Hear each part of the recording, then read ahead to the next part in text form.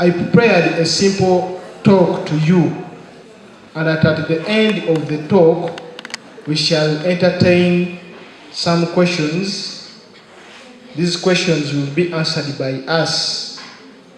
Anyone who will be inspired by the Holy Spirit among us, he will answer. Feel free to ask those questions which you feel you need to know, and they will lead to your edification. Our topic of today is, who am I? We have been introducing ourselves. Some people, we are mentioning their seminaries where they study from. We have all mentioned our names. We have mentioned our parishes. But do you think that is all? Can you say that now you know all about Deacon Hilary after hearing the parish, the seminary where he was, the parish where he comes from? Can you say that you know who Deacon Hilary is? Since you said, this means that a person is not made of the name, of the class, of the combination one does, of the age, sex. There are many things which make up a person. We may not exhaust all when one is introducing himself. As I pose this question to you, who am I? You should also pose that question to yourself. Who am I? Who are you? You should also pose the question to yourself, who am I? We are, first of all, human beings, aren't we? Aren't we human beings? We are. As human beings, we are made of the body and the soul, and they are together. You can't separate them. If they are separated, you become a corpse. If you separate the soul and the body, you become what? A corpse. You become a dead body.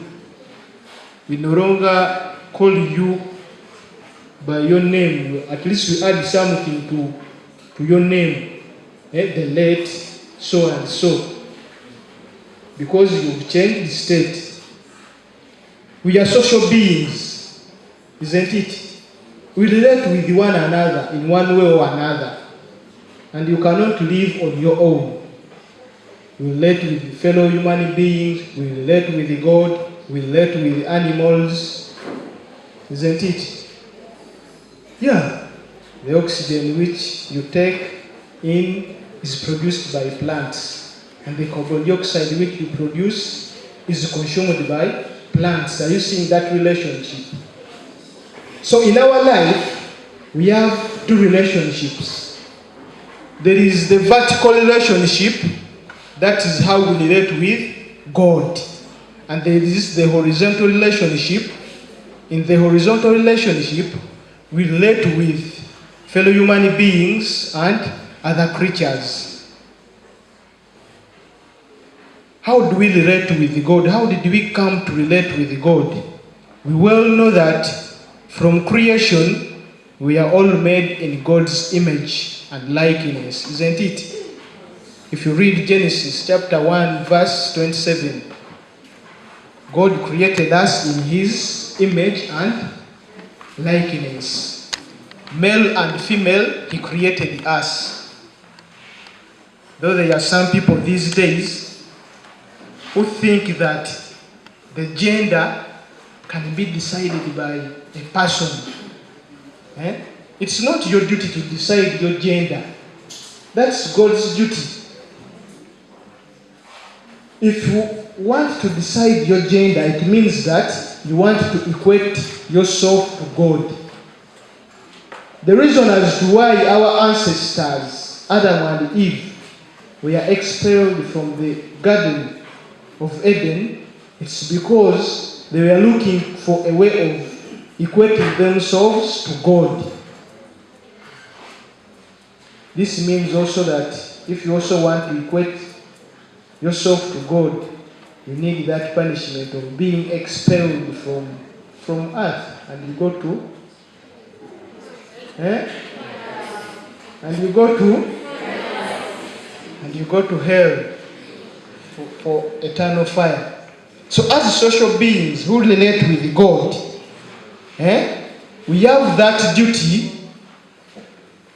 of ever doing things which keep us in a good relationship with God. If you are relating with your teacher, maybe a teacher of biology, a teacher of chemistry, a teacher of math, a teacher of Luganda, any subject, that teacher, there are things he expects from you as a student. So in the vertical relationship with God, there are things that God also expects from us. First of all, God created us to worship Him. You've skipped some.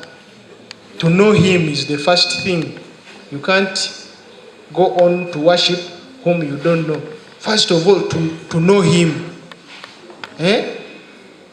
After knowing God, you will love Him. You cannot love a person whom you don't know. Now, people who are in Uganda, they love those foods which are prepared in Uganda. People who are born in Europe, they love also those foods which are prepared in Europe. Because it's the food they know. Like students of natural, I know this place. I've seen gardens of maize around. I believe you will like worship. Isn't it? You don't like it? Worship is good, I tell you, for students. I'm telling you out of experience. So, you like what you know, or you love what you know. A person from the village who has never seen a swimming pool, or a person from the village who usually swims from a pond, will not have that love for swimming from a swimming pool, because that person doesn't know what a swimming pool is. We also come to love God after knowing Him. How do we know Him? How do we know God?